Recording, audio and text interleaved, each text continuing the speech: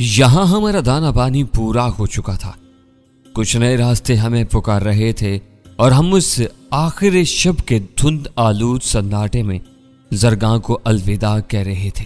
जख्मी अनवर खान, तलाल, भरत कुमार, सतीश, अब्दुल गनी, हसनात और मुबारक वगैरह ने हमें बड़ी मोहब्बत और बड़े दुख भरे अंदाज में अलविदा कहा। छोटे सरकार और उनके करीबी मसाहिब भी इस मौका पर मौजूद थे। इस मौका पर मुझे छोटे सरकार की तरफ से गरा कदर तोहफा भी दिया गया। ये वही चाकू था जिससे मैंने जॉर्ज गोरा की जिंदगी का चिराग गुल किया था। जब 18 गांव से हमें पांडे वगैरह ने गिरफ्तार किया था तो ये चाकू मेरे लिबास से निकाल लिया गया था। सबसे रुखसत होकर हम बंद जीप में आ बैठे। एक नमनाक सी फिजा में हमारा काफिला चल पड़ा। गाड़ियां हरकत में आई तो एक तरफ से तलाल दौड़ता हुआ आया और गाड़ी की खिड़की से लिपट गया। मैं दरवाजा खुलवाया। वो जार जार रो रहा था, मुझे अपने साथ ले जाएं, मैं यहाँ नहीं रहूंगा, मैं यहाँ नहीं रह सकता। वो चली गई, आप भी जा रहे हैं, मेरे लिए अब यहाँ कुछ भी नहीं। मैंने उसका सर अपने सीने से लगाया, उसका माथा चूमा, उसे प्यार से समझाया कि यहाँ से तुम नहीं जा सकते तलाल, तुम तो आने वाले कल की उम्मीद हो, तुमने यहाँ जिम्मेदारियां संभालनी है। आने वाले वक्त में यहाँ कुछ और रंजीत पांडे, जॉर्ज गोरे और हुक्म परवान चढ़े जा सकते हैं। तुम्हें इन्हें परवान चढ़ने से पहले खत्म करना है। तुम यहीं रहोगे तलाल।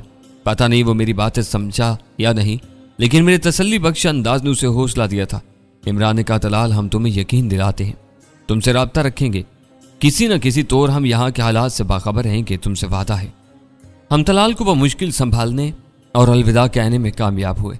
हम काफी दूर निकल गए तो मैंने मुड़कर सरगाह की टिमटिमाती रोशनियों को देखा। उन रोशनियों में कहीं वो कब्रिस्तान था जहां एक बेमिसाल लड़की अपनी तमाम तदरीरी, शुजात और वफादारी के साथ अपनी नींद सो रही थी।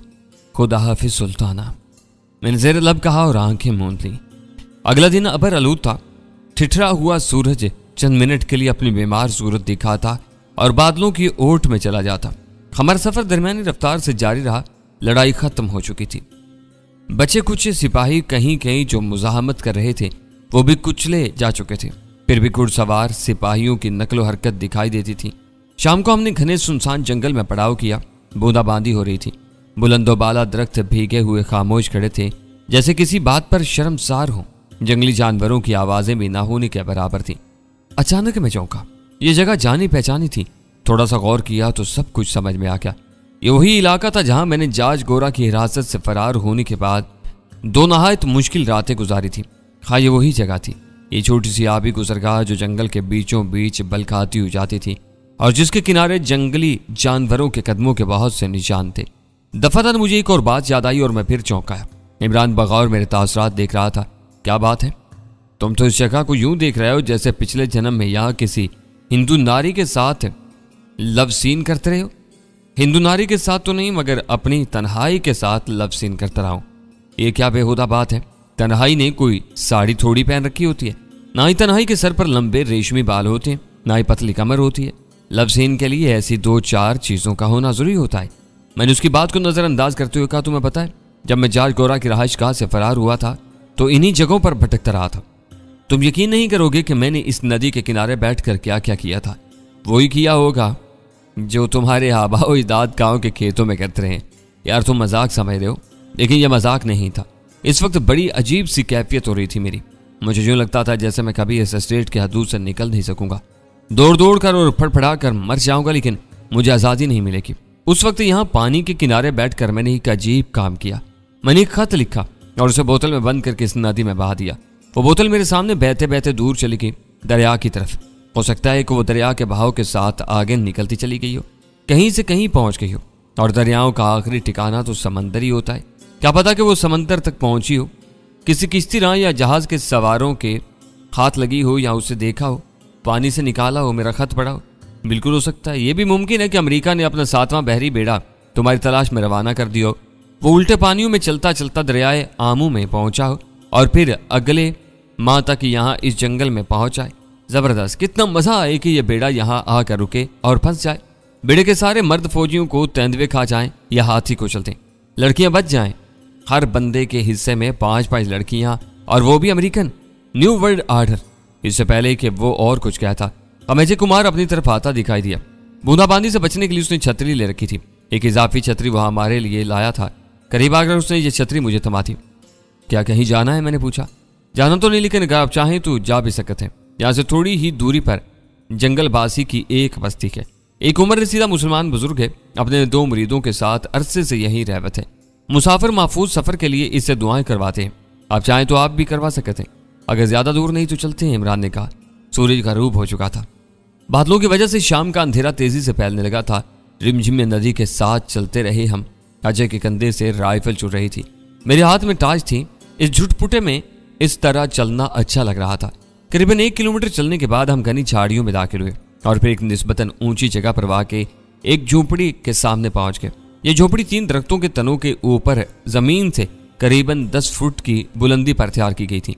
ऊपर चढ़ने के लिए बांस की सीढ़ी मौजूद थी। अंदर मध्यम रोशनी हो रही थी। सीढ़ी के करीब एक नौजवान बारेश शख्स खड़ा था। उसके हाथ में लंबे दस्ते वाली कलहाड़ी थी। हमने अपने आने का मकसद बयान किया। उसने हमसे 2-4 सवाल किए। वो इस बात पर हैरान भी था कि हम इस अबर आलूद शाम में कीचड़ ज़दा रास्ते पर चलते हुए इस तक कैसे पहुंचे। वो सीढ़ी चढ़कर ऊपर गया। 1 मिनट बाद उसने हमें भी ऊपर बुला लिया। बुजुर्ग की उम्र 80-85 साल रही होगी। लंबी सफ़ेद दाढ़ी, भारी पलकें, वही कंबल लिए बैठे थे। चेहरे से जाहिर था कि वो एक नेकोकार और हर वक्त इबादत और रियाजत में गुम रहने वाले शख्स हैं। अजय के बकौल ये बात मशहूर थी कि उनकी दुआ से सफ़र की मुश्किलें आसान होती हैं और भटके हुए राहियों को रास्ते मिलते हैं। हमने भी उनसे अपने लिए दुआ करवाई। उन्होंने गुड़ और सूजी खजूरों से हमारी तवाज़े की। जब हम उठने वाले थे, अचानक मेरी नज़र एक चीज़ पर पड़ी और मैं हैरान रह गया। मैंने गौर से देखा और पहचान लिया। कुछ दीगर अशिया के साथ वो शीशे की बोतल भी एक कोने में पड़ी थी, जिसे कुछ अरसा पहले मैंने चलते पानी में बहाया था। हाँ, ये वही बोतल थी, 100% वही थी। मैंने उसे किसी दूर दराज के सफ़र के लिए नदी में बहाया था, मगर वो दूर दराज के सफ़र पर नहीं की थी। ये तो बस 1-1.5 किलोमीटर का सफ़र तय करके इस झोंपड़ी के गोशे में पड़ी थी। मैं हैरान रह गया। बोतल के अंदर वो मुड़ा तोड़ा करेंसी नोट भी उसी तरह मौजूद था जो मैंने उसमें डाला था। क्या देख रहे हो बेटा जी? उमर रसीदा शख्स ने मेरी नज़र का ताक़ुब करते हुए पूछा। ये बोतल आपको कहाँ से मिली? उमर रसीदा शख्स ने गहरी नज़रों से मुझे देखा, फिर होले से बोले, सामने वाली नदी से। काश में अटकी हुई थी, मैं वजू कर रहा था, मेरी नज़र पड़ गई, मैंने निकाल ली। मैंने बुजुर्ग की इजाज़त से बोतल उठाई, इसमें 2 उंगलियां डालकर अपना लिखा हुआ खत निकाला। बुजुर्ग मुस्कुराते हुए बोले, मुझको लगता है कि तुम ये बोतल पहचानते हो। कहीं तुमने ही तो इसे पानी में ना ही बहाया था? मैंने इस बात में सर हिलाते हुए कहा, आप ठीक समझे हैं। ये चंद महीने पहले की बात है। मैं यहाँ से गुजरा था, नदी किनारे उदास बैठा था। किनारे पर अटकी हुई इस बोतल पर नजर पड़ गई। यूं ही वक्त गुजारी के लिए मैंने नोट पर यह रुक्का लिखकर इसमें डाल दिया और पानी में छोड़ दिया। मुझे क्या पता था कि ये कहीं नहीं जाएगी, यहीं की यहीं रहेगी। बुजुर्ग कुछ देर तक मेरी तरफ देखते रहे, फिर बोले, देखो कितना अजब इत्तेफाक है। तुमने इस बोतल को जहां फेंका था ये वहीं से तुमको मिल गई। तुम कह सकते हो कि ये कहीं नहीं गई, लेकिन इसने कहीं न जाकर भी बहुत लंबा सफर किया है और अपना मकसद हासिल किया है। क्या यह बड़ी बात नहीं है? मैं समझा नहीं बुजुर्गवार। वो बोले, हो सकता है कि यह हजारों मील का सफर करके भी किसी की नजर में न आ सकती, किसी की तवज्जो का मरकज न बनती, लेकिन ये एक बिल्कुल छोटा सा सफर करके मुझ तक आ गई। मैंने तुम्हारी तहरीर पढ़ी, तुम्हारे दर्द को महसूस किया, मेरे नाचीज जहन में तुम्हारे लिए तकलीफ चाकी। मैंने तुम्हारे लिए अपने रब के हजूर दुआ के लिए हाथ उठाए। वो गफूर रहीम है, सुनता है। मुझे ऐसा हकीर बंदा भी जब दिल से कुछ मांगता है तो अता करता है। मैं गुमसुम खड़ा था। इमरान और अजय भी खामोश थे। लालटेन की मध्यम रोशनी में बुजुर्ग का सुर्खो सफेद चेहरा किसी तस्वीर की तरह नजर आता था। मैंने कहा, आप ठीक कहते हैं बुजुर्गवार, वो अता करता है। हमने पिछले हफ्तों में इसका मुशाहिदा बहुत करीब से किया है। हम सख्त मरहलों से गुजरकर यहाँ तक पहुंचे हैं। अब हमें आगे भी कुछ सख्त मरहले दरपेश हैं। हमें आपकी मजीद दुआओं की जरूरत है जनाब। आप हमारे लिए खसूसी दुआ फरमाइएगा। बुजुर्ग के पास गुजरे 1-2 घंटों का पता ही नहीं चला। कुछ ही देर बाद हम उस दरवेश शख्स से रुखसत होकर वापस अपने पड़ाव में पहुंच गए थे। वो बोतल अब मेरे पास थी। इसके अंदर रखा जाने वाला रुक्का मेरी जेब में था। इमरान ने कहा, भाई वाह, आज तक तो हमने ऐसी बोतलों के बारे में यही सुना था कि वो लंबे सफर करके दूसरे देशों नामालूम लोगों तक पहुंचती हैं और फिर इनमें मौजूद खतों से कहानियों का आगाज होता है। ये बोतल है जो कहीं गई भी नहीं और फिर भी अपना काम दिखा गई। पढ़कर तो सुनाओ, इसमें लिखा क्या था तुमने? कुछ भी नहीं, बस 2-3 फिक्रे थे। मैंने कहा और मुड़ा तोड़ा कागज निकालकर इमरान के सामने पड़ा। इस कागज यानी करेंसी नोट के किनारे पर मैंने शाख के कलम और अपने खून से लिखा था, मेरे प्यारों में जिंदा हूं, मेरा इंतजार करना, मैं एक दिन लौट आऊंगा। ताबिश। नोट पर 3 नाम यानी फरा, आतिफ और सरवत भी लिखे थे। हम देर तक इस नोट और इसकी तहरीर पर तबसरा करते रहे। अपनों से मिलने का सपना आंखों में उजागर किया गया। भांडियाल स्टेज से निकलना एक सपने जैसा था। हमें यूं लगा जैसे हम किसी बहुत बड़ी जेल से अचानक आजाद फिजाओं में पहुंच गए हैं। हमने तकरीबन 50 किलोमीटर का सफर चरवाहों के भेस में तय करना था। हम ऐसे चरवाहे थे जिन्हें भेड़ बकरियां चरवाने से दूर का वास्ता भी नहीं था। फिल वक्त भी हमारे पास भेड़ बकरी नाम की कोई शय नहीं थी। हमने चरवाहों के लिबास पहन लिए, सरों पर पगड़ भी रख लिए। मुसलसल सफर ने हुलिये पहले ही खराब कर रखे थे। मजीद खराबी के लिए बालों में धूल डाली गई, आंखों में सुरमा लगाया गया। मर्दों ने कानों में बालियां डाली। मैडम सफूरा, नूरी और सफिया ने कंगन पहने। मैडम सफूरा का हुलिया देखने के लायक था। वो पेंट शर्ट और बॉय कट बालों वाली एक स्टाइलिश औरत थी। चरवाही के भेस में उसे चोली और घाघरा पहनना पड़ा। अपना मुंह सर भारी ओढ़नी में छुपाना पड़ा। उसे देखकर इमरान की हंसी छूटी तो उसने रुकने का नाम नहीं लिया। वो मुंह फेर कर हंसता रहा। उसका चेहरा सुर्ख हो गया था। मैडम जानती थी मगर खामोश रही। उसे अब इमरान को बर्दाश्त करना आ गया था। वो समझ गई थी कि इमरान अपनी तर्ज का अनोखा बंदा है। वो इमरान का एहसान भी फरामोश नहीं कर सकती थी। इमरान ने अपनी जान खतरे में डालकर एक नहायत जहरीले सांप का जहर मैडम के बदन से चूसा था। वो संगीन वाकया हम सब की याददाश्त में दर्ज था। हमारे लिए भेड़ बकरियों का इंतजाम एस्टेट की हदूद खत्म होने से 2-3 किलोमीटर पहले ही कर दिया गया था। यह खासा बड़ा रेवड़ था। इसमें एक असली चरवाहा और चरवाही भी मौजूद थे। हमारे लिबासों के अंदर असलहा छुपा हुआ था। किसी भी सूरत हाल से निमटने के लिए मेरे और इमरान के अलावा इकबाल ने भी पूरी तैयारी कर रखी थी। रेवड़ में एक खच्चर भी मौजूद था। इस पर काठ कबाड़ लदा हुआ था। इस काठ कबाड़ में शानदार दूर मार राइफल भी मौजूद थी, जिससे इमरान ने पिछले दिनों में चंद यादगार निशाने लिए थे। बहरहाल हमारा ये सफर खैरियत से गुजरा। रास्ते में 2-3 जगह हमारा गुजर चेक पोस्टों के करीब से हुआ। एक जगह हमें रोका भी क्या। सफूरा, नूरी और सफिया लंबे घूंघट निकाले हुए थी। हमारी सूरतों पर शक किया जा सकता था, मगर हमारी जगह असली चरवाहे ने भी BSF के एहलकारों से बात की और हमें आगे जाने की इजाजत मिल गई।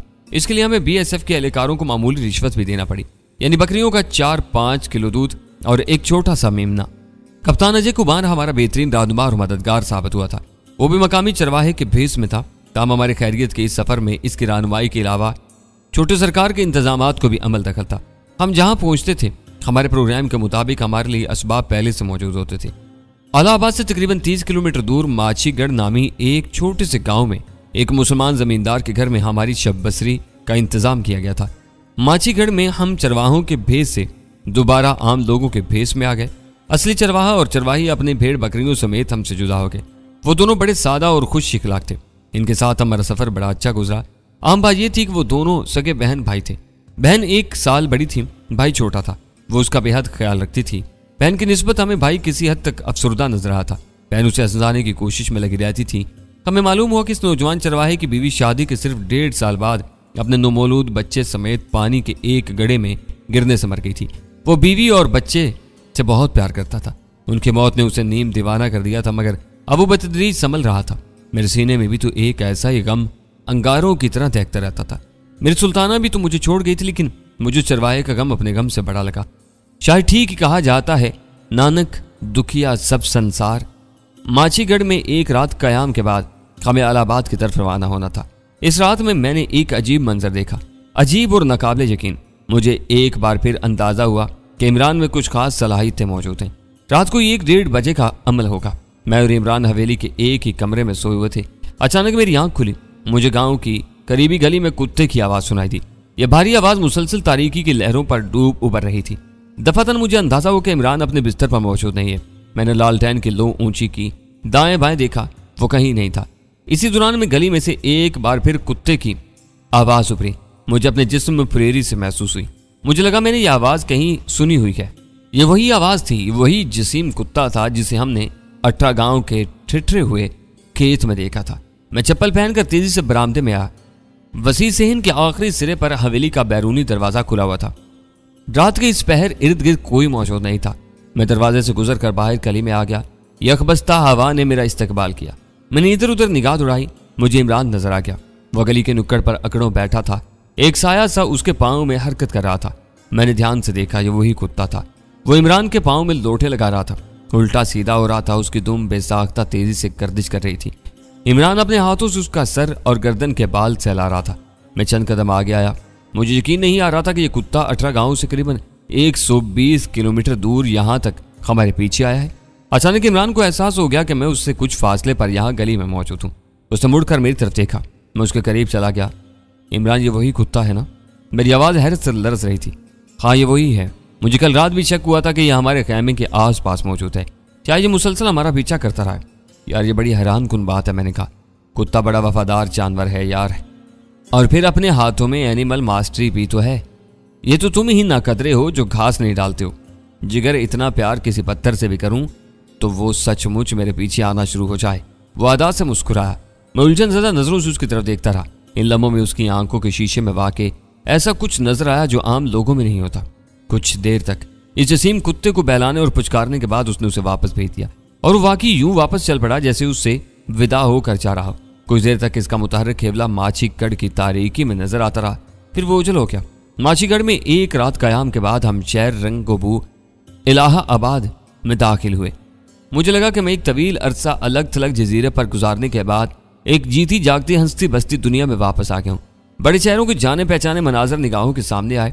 सड़कों पर रवा दवा ट्रैफिक, इंसानों का हजूम, बारूनक बाजार, टीवी, सिनेमा हाउस, चाय खाने, रेस्टोरेंट, पार्क, तफरीगाहें। मैं हर मंजर को एक नई नज़र से देख रहा था, जैसे ये सब कुछ मेरे लिए एक अजूबा था। हम एक 4 स्टार होटल में ठहराया गया। होटल के रजिस्टर में हमारा इंदराज फर्जी नामों से था। शाम के वक्त हम बालाई मंजिल की लाबी में बैठे नीचे सड़क पर रवां दवा जिंदगी का नज़ारा करने लगे। सफूरा, इकबाल और अजय भी वहीं थे। इमरान ने मुझे टहका देते हुए कहा, तुम्हें देखकर यूं लग रहा है जैसे किसी अंधेरी जगह से निकाल कर अचानक रोशनी में बिठा दिया गया हो।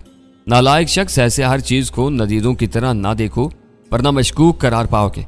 खासतौर से लड़कियों को देखना तो बिल्कुल तर्क कर दो। तुम्हारी जगह यह काम मैं ही देता हूँ। मैं ये काम निस्बतन अच्छे तरीके से कर लूंगा। उसने जेब से हल्के रंग वाले सनग्लासेस निकाले और लगा लिए। सनग्लासेस उसे अच्छे लगते थे। मुझे देखकर बोला, जेम्स बॉन्ड लग रहा हूं या नहीं? जेम्स बॉन्ड तो नहीं, इनामी बॉन्ड लग रहे हो, और वो भी ऐसा जो 500 कुरानदाजी में शामिल होने के बाद भी न निकला। तुम मेरी तौहीन कर रहे हो और ये भूल रहे हो कि जिस तरह हर कामयाब मर्द के पीछे एक औरत का हाथ होता है, तुम्हारे पीछे मेरा हाथ है, बल्कि मैं पूरे का पूरा तुम्हारे पीछे हूँ।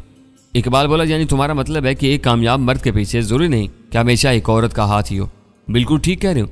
अगर इस बंदे में थोड़ी सी भी एहसान शनासी हो तो ये अपने गले में ढोल डालता और मेरे आगे आगे ढंडोरा पीटते चलता। ए इलाहाबाद के रहने वालों, इस्तकबाल करो मेरे मोहसिन का। ये वो शख्स है जिसने ताबी को ताबी बनाया, इसकी उंगली पकड़कर चलना सिखाया, और इतना सिखाया कि एक दिन वो जॉर्ज गोरा जैसे शख्स से मत्था लगा बैठा और उसे मार गिराने के काबिल हुआ। और एक जॉर्ज गोरा ही नहीं, इसने ताबी को हर मोड़ पर जॉर्ज गोरों और सिर सिराजों और मैडम सफूरों से लड़ना सिखाया। मैडम सफूरों का लफ्ज उसने होले से बोला था, फिर भी मैडम को भनक पड़ गई। काफी पीते पीते चौंकर बोली, तुमने मेरे बारे में क्या कहा? कुछ भी नहीं मैडम, वो साहब मुकर गया।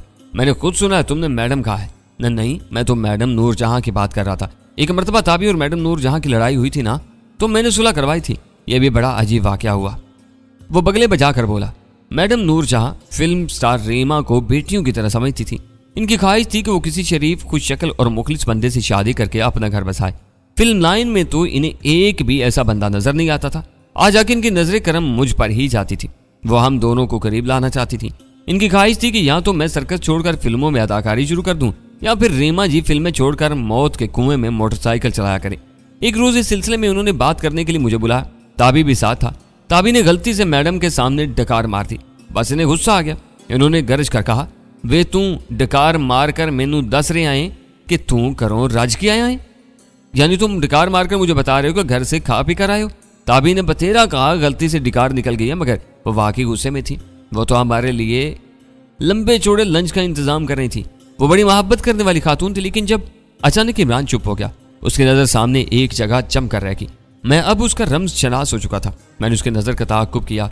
होटल की सीढ़ियों के करीब मैंने एक शख्स को तेजी से एक दरवाजे में ओझल होते देखा। इमरान के अंदर जैसे अचानक ही कोई रोशनी से बुझ गई।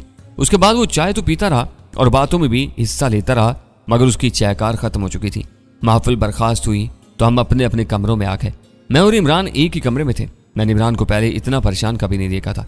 क्या बात है, कुछ बताओगे नहीं? मैंने उसकी उंगलियों से सिगरेट खींचते हुए कहा। क्या मतलब? तुम्हारे साथ रहने के बाद अब मेरी नजरें भी काफी तेज हो गई हैं। मैंने लॉबी में चाय पीते हुए कुछ देखा है। क्या देखा है? वही जो तुम छुपा रहे हो। काली जैकेट वाला वो बंदा जो तुम्हें देखकर अचानक सीढ़ियों की तरफ चला गया था। उसे देखने के बाद तुम्हारा चहकना बिल्कुल बंद है। बोलूं तब मुसीबत, ना बोलूं तब मुसीबत। मेरा ख्याल है हमें अब खामोश रहना चाहिए, और मेरा ख्याल है कि हमें एक दूसरे को एतमाद में लेना चाहिए। वो कुछ देर मेरी तरफ देखता रहा, फिर बोला, वो बहुत खतरनाक बंदा यार। तुमसे भी खतरनाक? मैंने उसकी आंखों में देखते हुए पूछा। मेरे तेरे जैसे उसके सामने पानी भरते हैं, वो बहुत ही ज्यादा गड़बड़ बंदा है और मेरा ख्याल है कि वो अब किसी भी वक्त यहाँ हमारे कमरे में पहुंचने वाला है। यहाँ पहुंचने वाला है? क्या करेगा वो यहाँ कर? ये तो पता नहीं, लेकिन जो होगा बहुत बुरा होगा। मगर ये है कौन? मैंने जिद चुकर पूछा। सफेद कपड़ों में एक पुलिस वाला, सज्जाद मोहल नाम है उसका।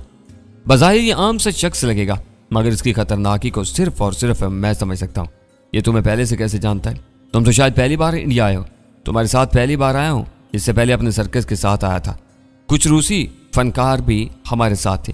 हमने मुंबई के अलावा और कई शहरों में भी छक मारी थी। सर्कस में काम करना कोई जुर्म है जो तुम इस साला आबादी पुलिस वाले से डर रहे हो? ये लंबी कहानी है, फिर कभी सही। अभी हमें बातों में वक्त ज़ाया नहीं करना चाहिए। वो उठा और तकिए के नीचे से अपना पिस्तौल निकाल कर चेक करने लगा। चेक करने के बाद उसने पिस्तौल दोबारा तकिए के नीचे रख दिया। वो खासा मुस्तरिब नजर आ रहा था।